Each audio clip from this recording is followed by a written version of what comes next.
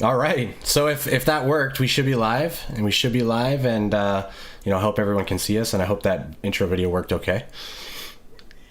Awesome.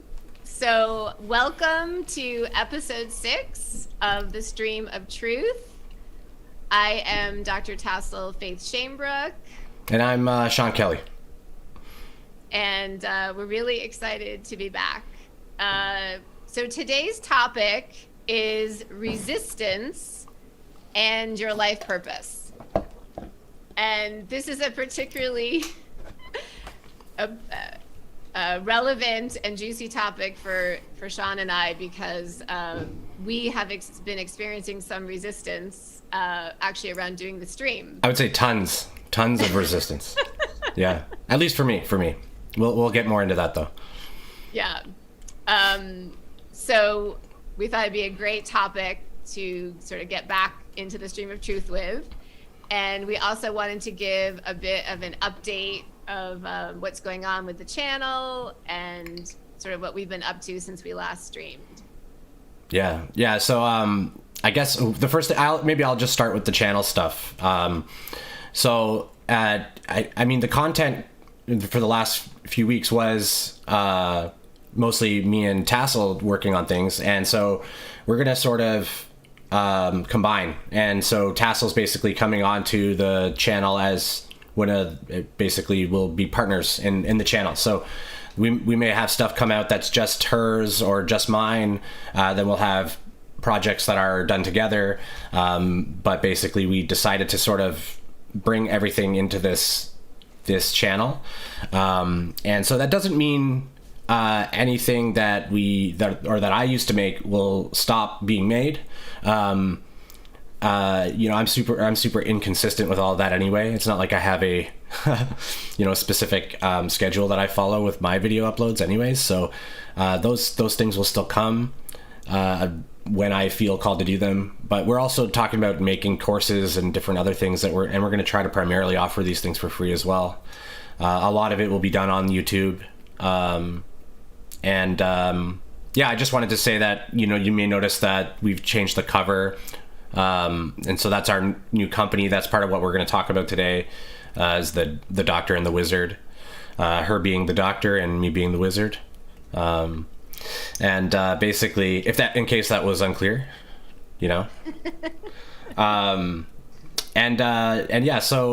So I just wanted to say that from the get-go, I guess, about the channel.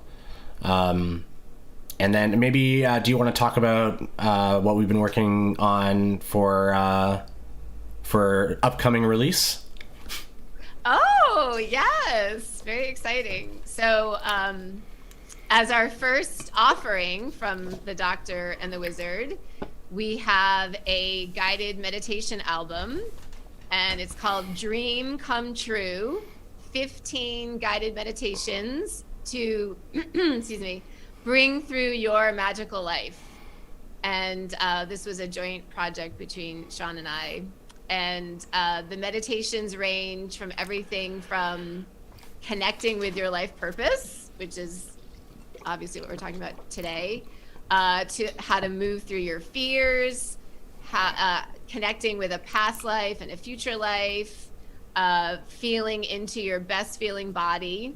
They're all really powerful. They're all meditations that I have used with clients over the years and have brought really powerful transformations for them. So we're just putting the final touches on the album, and I think it'll be released the next week or two, maybe something like that. I mean, I think at this point we're just finishing up the artwork primarily, and then we have to there's distribution that we have to do, but that part doesn't take too long. So we're just finishing. I think we're just finishing up there's actually a few edits we need to make in the audio as well, I think. A few little edits. And then we were talking about maybe doing a live stream where we shared one of the meditations so people could experience one of them. And and they'll be on Spotify, iTunes, YouTube Music, all the platforms that people use for music. They'll be on all of those, and then we'll have an offering as well to sell it if people want to purchase the digital album itself, so we could do that as well. But I thought it was a really fun project. It was really good. But we went through a whole bunch of resistance around it as well. Oh my goodness. Yes. So maybe we can get into that a little bit after. Is there anything else that we wanted to update about? We maybe could just share that we do have a new website, although it's still a little bit rough. Yeah, it's under construction. I wasn't sure if we were going to share that or not.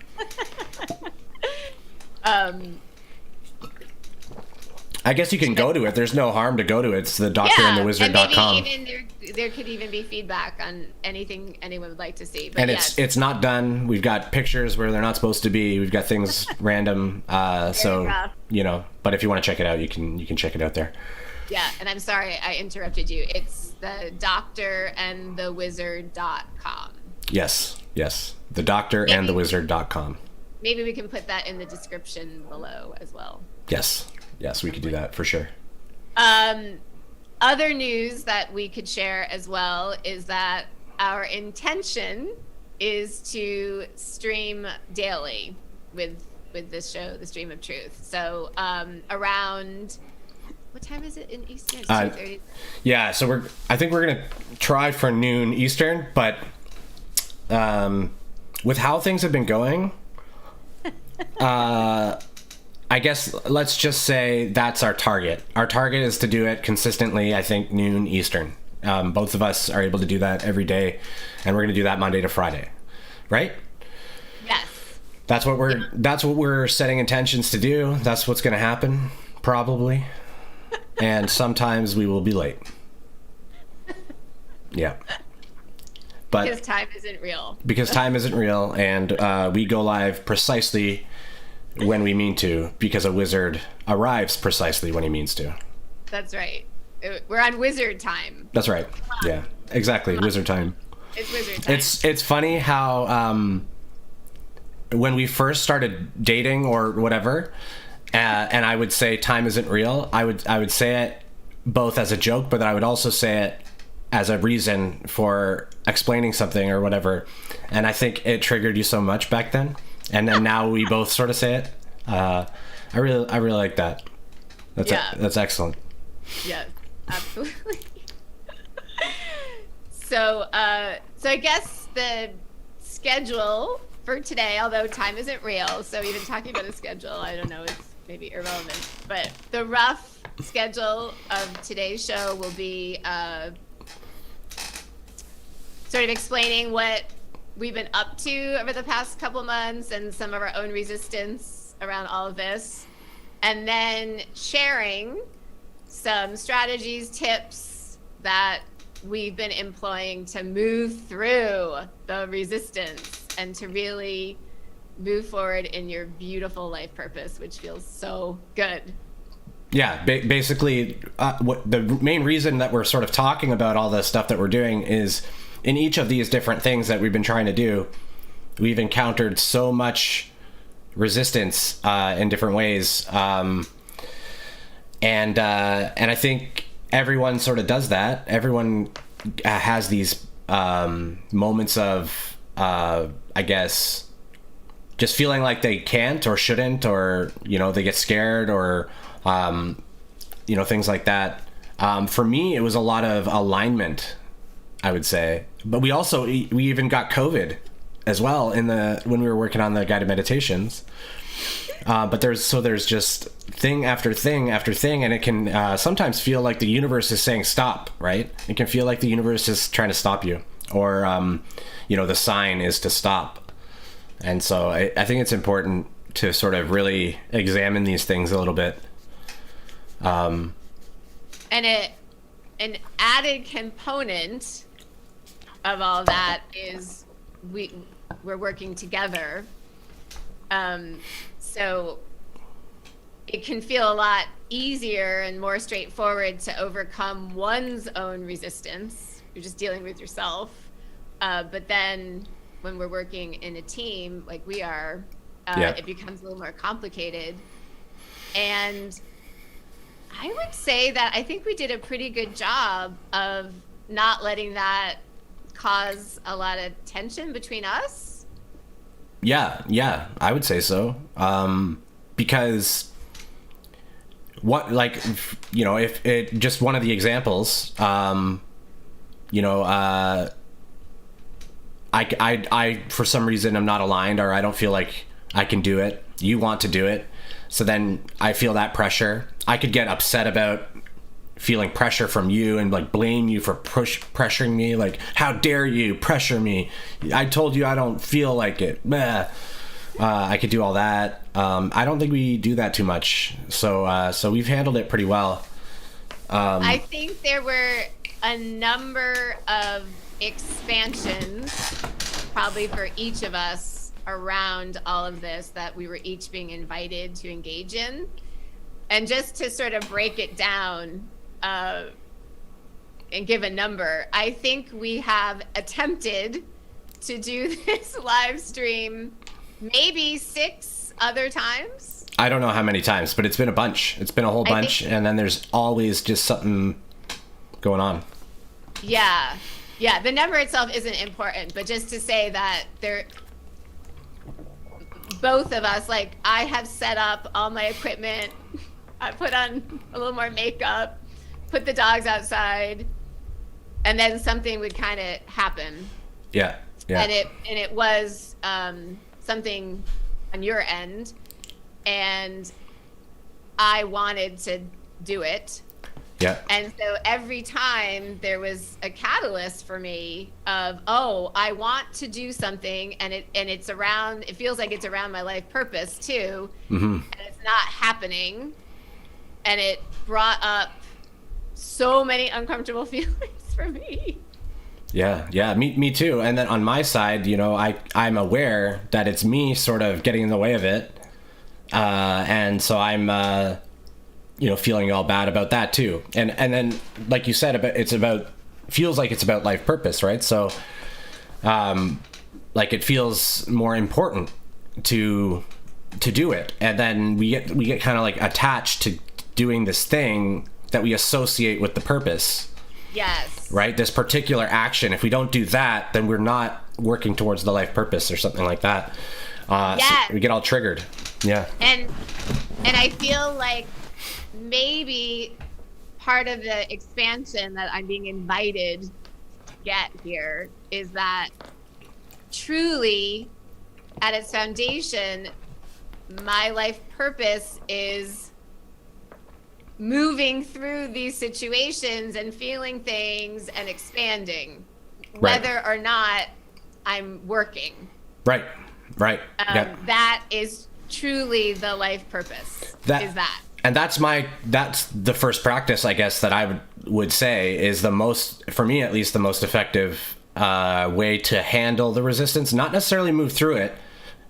This doesn't really help with that part, but it helps you come into peace during the resistance. I find is just an awareness that your purpose is to experience this resistance and expand through it, accept it, surrender, and forgive, and move on. That's the purpose. The purpose is not the thing you want to go do in the world. The purpose, that what's the as within, so without. Change here first, and then everything out there will fall in line. And I love what you just said, and I'm going to just say something that I think is saying around the same thing, is that the purpose is meeting whatever is currently happening in your life with your consciousness, with your awareness. Right. Yeah. And as you said, and just accepting, oh, this is happening, surrendering, this is happening, and honoring what's going on internally. Yep. And making peace with it. Yeah. The only reason the resistance feels bad is because you're judging the resistance, right? We're judging the situation, what's happening. Right. So exactly. Say like the first time that we were ready to stream and then it didn't happen, my egoic thinking mind was like, oh, this is awful. I wanted to do it. We're Yep.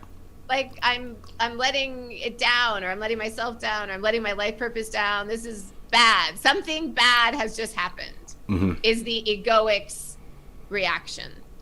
The Exactly. Egoic mind's reaction. Something bad has just happened. Yeah, and it's a chain reaction of judgment that it causes. So the ego notices something to complain about, says I don't like this, and then it usually comes back for a second round of, if you did this better, or if this was done better, or if this person did this better, or if some other thing was better about you, more judgment basically, then this wouldn't have even happened. And it starts to explain all the various ways that the world went wrong to coordinate this. Yes, and we feel error, we need right? to do more. Like, okay, we need to do something differently so this doesn't happen again. Exactly. Yeah.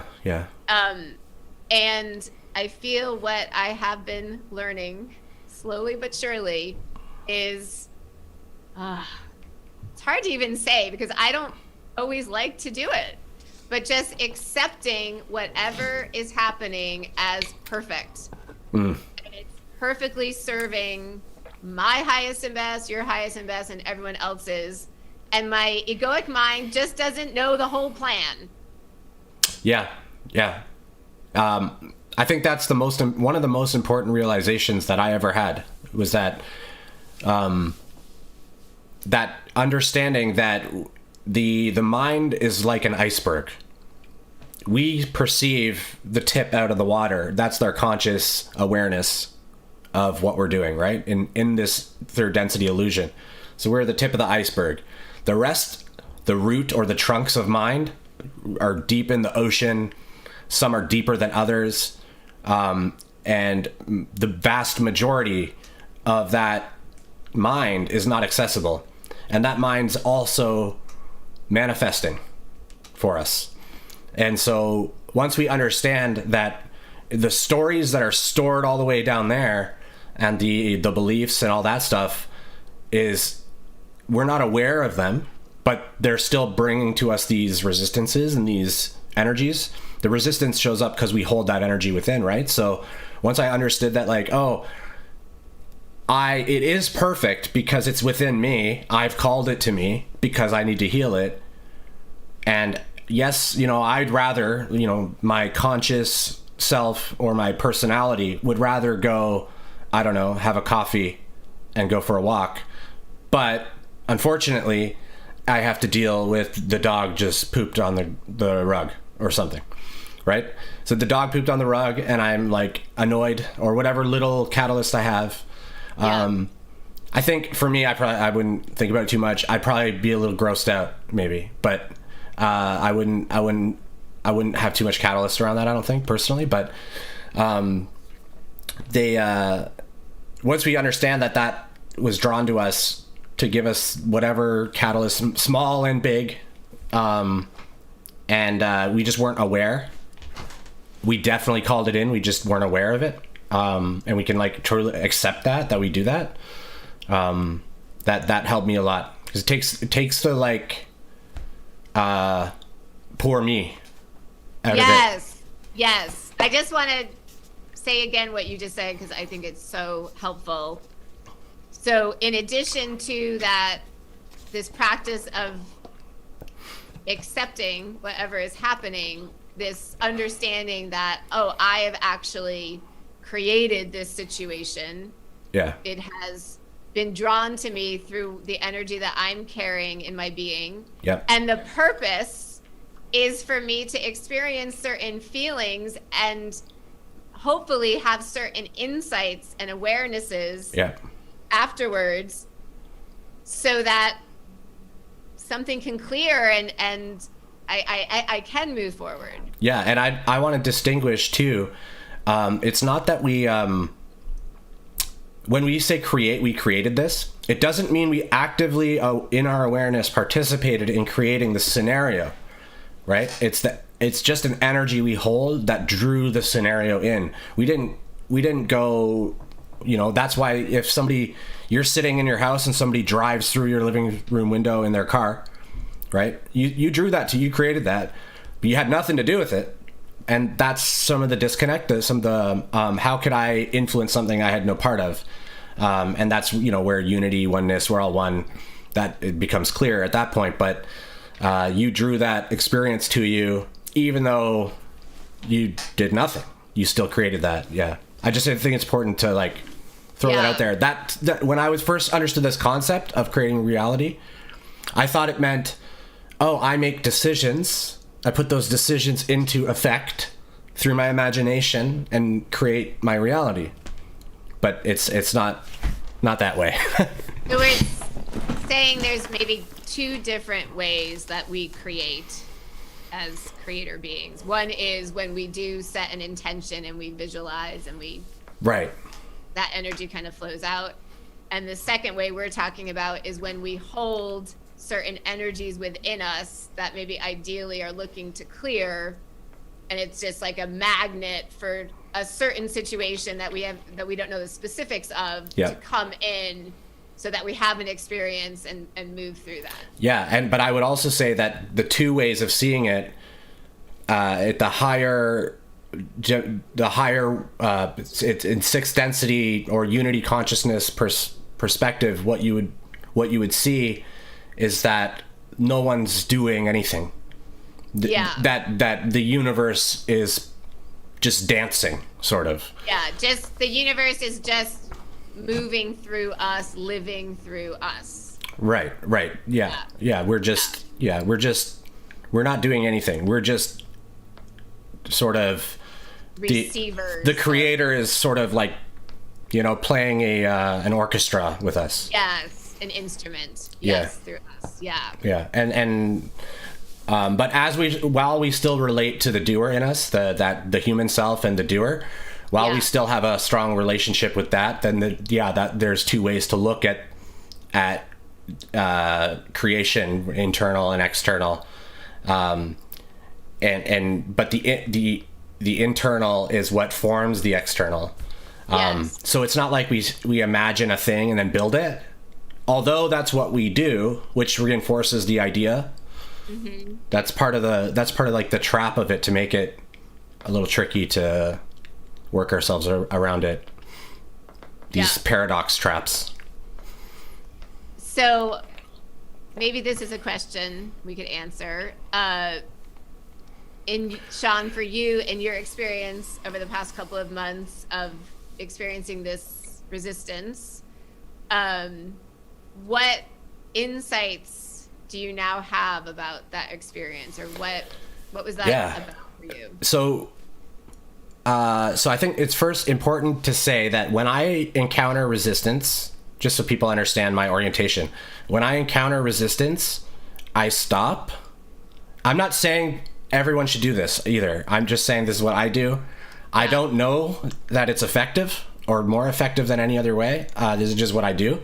It seems to be my natural orientation. So when I notice resistance, I know just intrinsically that means I'm confused here. I'm confused. I'm not accepting reality. I'm not accepting God. I'm not accepting creator. I'm not accepting myself. I know that when I'm experiencing resistance, I know that very deeply. And so then when I see resistance in any facet, I know I'm confused, and then I stop and I just look at it. I just sort of stare at it, like bewildered. Like, what are you doing here? Why are you here? I don't, and I almost resist the resistance a little bit. So resist looking at it? Like resist. I almost resist that it exists. Like I like to think of myself as accepting, and it's sort of an egoic identity that I hold as being an accepting, loving, forgiving person. Yeah. And so when I see the resistance and I'm not acting that way, I'm not surrendering. I almost deny that I'm even doing that because it embarrasses me in myself or something. But so that would be like a spiritual ego that starts to develop, as we go on. Yeah. We start to give ourselves all these labels like I am kind, I am loving, I am whatever. So, and that's all opportunity for the ego to give us shit about it when we're not those things, right? Yeah. So that's all I was highlighting, was I give myself a little trouble about it, and then I just sort of stare at it and do nothing. So I'm not going to push through it. I'm not going to pull away from it. I just sort of look at it. It can be very irritating for, I think, anybody around me that like experiences this with anything, because I will not be able to make a decision. I'll literally just walk away before I'll choose to do or not do. I'll just exit the choice entirely, more likely than acting from what I consider to be a confused state. So that's what I do, is I stop, I look at it, because my goal is I understand that in order for me to get rid of this resistance in a permanent way, for me to like learn this lesson, I have to examine things, not just my thoughts about things, but feelings as well, and go into it before I can fix it. If I were to just dive in, I'd and just push through it, the resistance would just come again. So my theory was that if I resolve it, then, so I think that's sort of how I'm oriented. So what you're saying is that in the end, it was really beneficial to experience this resistance. Yeah. And then instead of just sort of blindly moving through it and like ignoring it, actually going into, okay, what exactly am I feeling? Why am I feeling this? And basically taking the gifts of this experience to get your insights, rather than just plowing over the resistance. Yeah. And it also, I think I called you that night, the other night, and I said it led me to this train of thought that really simplified things for me. Yes. Around how do I move through the resistance, and so the way that I started to think about it was, it's a very simple question, like if I'm going to do this or not do it, right? Let's just, which way is the best, or is in my perspective, is the highest offering of service that I can give. Yeah. And if there are sacrifices associated with that offering, am I willing to give them? If both of those are true, then you're good, and off you go. If they're not true, then maybe you're not meant to do that thing, right? Maybe sometimes we have to rest so that we can do a better service later, or we can provide a better offering later. So one of the issues that I had was that I didn't feel aligned. I didn't feel like articulate. I didn't feel like I could properly express some of the concepts we were talking about, right? So I was worried that if we went live, and we're live, and I was worried that if we went live, I wouldn't be able to talk. This is just one of the examples. And I think that was the right decision in that particular instance, because the service that I would bring it wouldn't be, as good as resting and then doing it today, for example. So you're really delineating here maybe two different types of resistance. Or like one resistance is, I'm just tired, I'm not feeling well, I can probably serve better if I do it another day. Yeah, so I guess that's not even resistance, that's more like guidance. That would be that's guidance. That's self-love. That's understanding that I need some stuff before I can do this service. Whatever the stuff is, rest, water, I don't know, whatever, right? Yeah.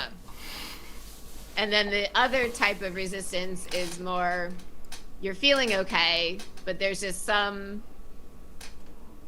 feeling you have of, I don't really want to do that or something, or I'm Yeah. nervous to do it. It could also just be simply like, feels like a lot of work. I don't want to do that. Yeah. I don't feel Right. great about doing all that work right now, or, those types of things. Right. I think the trick is to just ask honest. The thing is, you have to be honest with yourself. Just, which way provides the better service? Is it better for me to offer this service now this way, or is it better to wait? Or am I not really even offering service to anyone with either of these things? And am I just picking between two self-service options that I didn't realize were self-service? So I mean, and self-service as well, that's another distinction between service to self and self-care, right? When you take care of yourself, you're serving yourself, right? But if you take care of yourself with the intention that you're gonna give yourself more opportunity to provide service later, as long as that's the intention, then that's service to others. So you can serve yourself while serving others, as long as your orientation is that way. But yeah, that was the way for me to really get around it, was which way is the best service to others, or which way do I feel is more potent, more, maybe a greater impact. Not so much the counting of people that are involved, just the thing itself, perhaps the novelty of it, like how new and fresh it is. And you seemed to have the insight that when we are serving others, and this obviously is related to our life purpose, that there will be some small resistance, right, before we provide right. that service. Yeah, so that was your big takeaway. You're right. Yeah, thank you. I totally forgot about that. And that was probably one of the biggest things, is that in order for service to properly be polarizing service to others, which is what we're trying to do in order to ascend, we have to experience some type of sacrifice or resistance, some type of thing that makes it meaningful for us to have chosen the service instead of not doing it, right? There needs to be some sacrifice somewhere of some kind. And then the degree of that sacrifice is sort of what charges that particular service and its polarization, and how much that polarizes you service to others. So you can imagine like a fireman running into a building to save a child. This can be both service to self and service to others, depending on how they're polarized, right? And what their intention is. Are they saving the baby so they look good? Or are they saving the baby because they just really want to save the baby? Yeah. And is it a problem that they save the baby to look good? Because they still save the baby. So right. There's a lot of philosophical and interesting things to look at in detail there around service. So if we were to summarize right now, maybe 3 steps that one might go through if someone is experiencing resistance, it feels like the first step we talked about was just awareness that your most basic purpose is to experience whatever you're experiencing fully, and not to plow through it or run away from it or get upset, like, oh, woe is me, I can't believe this is happening. It's so okay to feel all that, and the egoic mind might go there, and we can just let the ego feel that. But so just number 1, just to be open to experiencing the situation. And then number 2, it feels like what we're saying is that, like, go into it. What is happening there? What are the feelings? What's coming up around all of this? And I think you basically said for a while, you were having resistance to going into your resistance. You were kind of like, yeah, it was like pretending it wasn't there almost. yes, like kind of avoiding it. Like I'm evolved. I'm a spiritual person. I don't have resistance. I surrender. I accept. Of course I do. Right. I don't want to do that though. Right. Right. So I was blind to my own for a bit. Yeah. Yeah. And then it feels like the third thing we're saying is what we've learned from this experience is it's quite normal to experience resistance when we are serving others in this situation.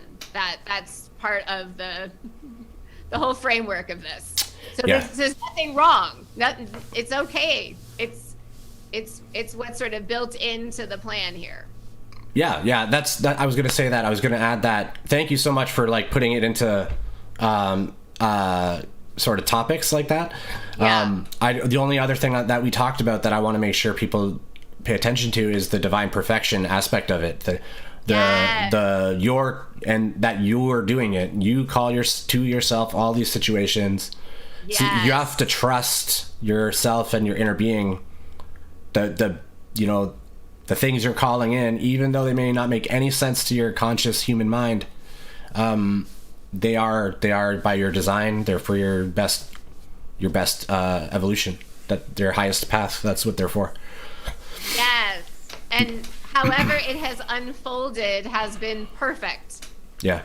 The divine timing aspect of it too. So it's just perfect that those couple months happened and we weren't doing it, and we both had these catalytic experiences, and now we're here. Okay, so that's basically point number 4 that you just articulated: the divine perfection, the divine timing. Yep. You are calling in these situations for your own ultimate expansion. Yeah, and the best way to build that part is faith and trust in yourself, right? Faith and trust. Yeah. Yes. So, and I think this is one of our really foundational themes that we talk about is faith and trust in ourselves, and faith and trust that whatever we're experiencing is perfect and is leading to the highest and best and expansion for all involved. Yeah. Even in the moment when it doesn't feel like it. Right. And it's almost a different concept of perfect. Like perfect isn't even the right word for it, because it's perfect in its imperfection as well, right? So it's perfectly flawed, right? That's what I would say. It's perfectly flawed. It's like imperfectly perfect and perfectly imperfect. Exactly. Yeah. Both of those, and that's that unity consciousness. When that's seen, when everything is really seen that way, that's when duality really falls apart. Yes. Yeah. Yeah, I love that. Maybe if you want, you can ask me, or I'll answer the same question, like what my experience was. Yeah. Please tell me your experience. I've talked a lot this one, and you have to get going soon though, don't you? I have some time. Okay, all right. Okay, so my experience was, I guess I was experiencing your resistance. It wasn't my own resistance, so I was kind of like, it was a secondhand resistance experience, and I haven't done a lot of work with other people in these types of projects. So this was kind of new for me. Same. For you too. Okay. So I am used to, I think my ego identifies as kind of like, I'm a go-getter and I get things done and I move forward through my fear or my resistance. So I'll say, and it's just sort of coming to me as we're talking about it, that I think it was really triggering for me to experience your resistance, and it's probably something that I have not accepted in myself. Yeah. So we talk a lot about how when we get triggered, it's usually because we're experiencing something externally that we're uncomfortable about within our own being. It's always that. we just can't always identify what it is. Yeah. So I'm realizing this just for the first time as we're talking about it. Oh. I don't allow myself to resist. I might feel it, but I don't physically allow myself to not do it. I recall when you had COVID and someone was getting up out of bed, running around, and then doing a bunch of stuff, and then laying down and feeling sick for some reason. Yeah, exactly. So, and what we were talking about, like, sometimes it's your guidance saying, like, please rest, and sometimes it's some other stuff. But yeah, that's something that I'm evolving around. Yeah. That's a huge lesson in fourth density. That's martyrdom, basically. Serving beyond your capacity to serve. And this is probably another whole topic for another show, but this whole idea in mainstream American society of doing, of constant doership, that if I'm not doing, I'm not of value, I'm not moving forward. And so much of what you and I have been talking about the past few weeks are about like inner work versus outer work, and how we truly, one of the main reasons we're here is for the inner work. Yeah. And the outer work it's necessary to obviously to a certain extent, but I know that this is a big transformation for me. I've been very much an outer work oriented being for my whole life. That's how I was socialized. So this whole experience was very uncomfortable for me. So uncomfortable. Yeah, you were probably that's so perfect. You were probably thrust into situations where it doesn't matter really what you do. It's just not up to you alone. So there was it reminds me in a way of my entire spiritual awakening experience, where my personality would be thinking, I don't want to do this, I want to do that, I don't want to be alone, I want to be with people. And Spirit was like, you're going to be alone right now, because that's what is going to serve your highest and best. And so over the summer, my personality kept saying, I want to do the stream of truth, let's do the stream of truth, and it just wasn't happening. And I understand now that it was for me to see all this about myself and to be more accepting and listen to my own guidance more, and to understand it's not all about doing. And just to get back to, and when I talked to you about this yesterday, that truly my life purpose on this planet is the inner work, and meeting all of these situations with acceptance, surrender, grace, curiosity, patience. And these are huge and at times very uncomfortable lessons for me. That's awesome. And we can notice as well just the sort of perfect way that both of us had resistance in our own areas that really they're totally not really related to each other as far as our personal resistances, but we both drew to each other the exact experience. Like, I needed to have some pressure from you a little bit. You probably also needed to have a little bit of confusion around it, because when I would say I want to do it, but in your mind you probably hear something like, if you wanted to do it, or like you would do it, because in your orientation, if I want to do the thing, I just go do the thing. So it's probably difficult to then be like, you say you want to, but you're not doing it, and I don't understand that.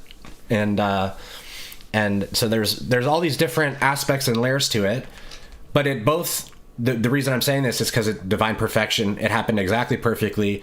Both of us have these things that we were working on that are separate from each other.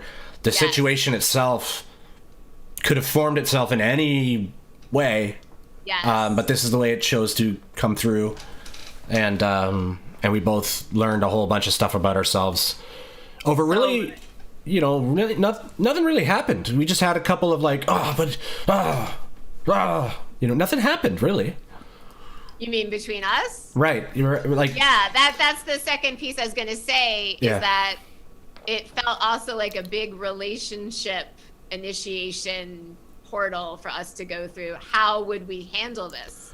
Yeah. And we've been talking so much with each other about unconditional acceptance, as in a way, sort of our go-to phrase, even more than like unconditional love, like unconditional acceptance of each other. Yeah. Yeah, and, exactly. and of everyone, not just between you and me, but this Right. as a training for, it felt like a training for me in unconditional acceptance. Totally. My old self or my personality, might get more frustrated or blamey about it towards you. Right. And I knew that was not the path, and I didn't want to be like that at all. So the only other option was I accept, I surrender, whatever's happening. And then the second piece of that was also to be truthful about what I hoped could happen and what I was feeling. And then I think you basically said that truth eventually did motivate you in a certain way to look more closely at the resistance, and now here we are. So it's like an interesting combination of all that, like acceptance, truth. I would say that I had pressure from you. Well, I interpreted it as pressure from you as soon as I had the even inkling that I wasn't sure if I could do it. So okay, like even like the first time that had happened. Yeah, basically, because I don't want to disappoint you, right? I have a desire to make you happy, and to, and when I see you want to do a thing, and right. So before you say anything, there's already pressure. Yeah. So yeah, but you had said the perfect little things that would add pressure if there was, like, if I didn't have enough. Oh. Yeah. Yes. I did. Oh yeah, for sure. I mean, just like every time this happened, I would say something that felt like it was adding pressure. I don't remember all the exact specifics. I just remember most of the time, maybe not every time. Some of the times you were like, okay, it's fine. But other time, and even then though, I felt, I feel pressure. But yeah, occasionally, I guess you added a couple little dollops of pressure. I did. That's what I was trying to do. You didn't do it though. I was trying to like flow. Okay, this is happening. It's perfect. It's happening. But I wouldn't be surprised if some of the other energy, maybe of my ego, might have. You might have felt it. Well, yeah, you just sort of said some comments or here and there. Just basically you're like, I'm feeling a little like this or like that. You weren't, okay. And then I interpret that as pressure, right? So you were not saying anything. You weren't you weren't pressuring me outwardly. You were just talking, and I took it as pressure because I could tell what you were saying, what you were, Yeah. But yeah, anyway, it's interesting, and but looking at that scenario, we could see exactly how we both saw and dealt with the exact stuff we were supposed to. We had insights after, and now are able to talk about it in a, because usually we just scream at each other, just scream and throw things. We get very, very violent. Yeah, right. Yeah, no, it was, in the end, it was a really great experience. I learned so much. It was very uncomfortable. For me too. And I'm really glad we did the stream today. Me too. And I'm really glad to talk about it. And I'm so curious, anyone listening live or recorded or, afterwards, if what your experiences around all of this is. Resistance that you experience on your own, or if you're working with someone or in your marriage or even with a child, like if there's resistance from another person, how are you handling it? Yeah. If anything we talked about resonates or is helpful, these are all juicy topics for humans. Yeah. I just wanted to reiterate too on something that you said right at the beginning. we all have what I think is like a divine purpose, and our divine purpose is literally just to be. Yes. That's our purpose, is just to be and to experience. You could say, because learning is tied to that, you could say learning is our purpose. Yeah. But being is the purpose, and then we have what I call a secondary objective. Like we have objectives within this purpose, and those objectives are maybe the things we'd like to do in the world, or things we'd like to make or create, or things relationships we'd like to repair or create, whatever. So those are like objectives, but we don't always meet objectives, right? They're objectives that we've set our sights on, and we've put it sort of in our list of things we're gonna do, and we can just sort of be excited for the objectives that we are going to get to do. Yes. The ones that we don't get to do, we will get to do eventually. Right. Maybe even it's infinite experience. The next incarnation. Yeah. There's no. We can like kind of loosen ourselves around time, right? We're infinite. There is no time. Yes. If we don't hit it in this lifetime, we'll catch it in the next one. If your goal was to have children in this lifetime, but you're not finding a partner and can't have children, and you don't, then there's always next time. Next round. Next play. That's not to minimize that plight, but the fact is that we get these human ideas of all these things we want to do. A lot of them are distorted and are messy and are not truly what we want and are like in our soul. Those things will get discarded, a lot of times without us having really any say, and we can experience pain with that. But, and I just love that phrase you used. Your divine purpose here in this lifetime is just being, and would we say it's just really being your like authentic self? It's the true you. And I would say when you're being, in the divinely being, it would mean that you're, there's no real opportunity to be inauthentic. You're because you're just being without any filtering happening on. Yes, right. There's no mask you're putting on. There's no performance. There's no egoic. Right. Thing happening, and that's also not a stage everyone wants to work towards as well, because that would be a pretty enlightened state, difficult to attain, or not difficult, but that's not the right word, but it would take some work to obtain that. I don't even like to say the word work. Right. We talked about this with work, but what do you say, effort or energy, focus. That's an expanded way to view reality. I would say that would be more or less enlightened. You wouldn't be able to suffer in that type of state. So, and forgive me, I do have to run. I know. I was wondering, I couldn't remember what time it was and all that stuff, and I think the stream went really well. I'm glad we could update everybody. I'm glad we did it. Thank you for giving me some of the pressure that I required to help me look at whatever was going on with me. And I might use the word for me. I feel what I showed you was my desire. Yesterday when we were talking about it, I felt the truth that I showed you was, I said, I just really want to do it. Right. I just really want to. Which makes me feel pressure because I want to please you, right? So yeah.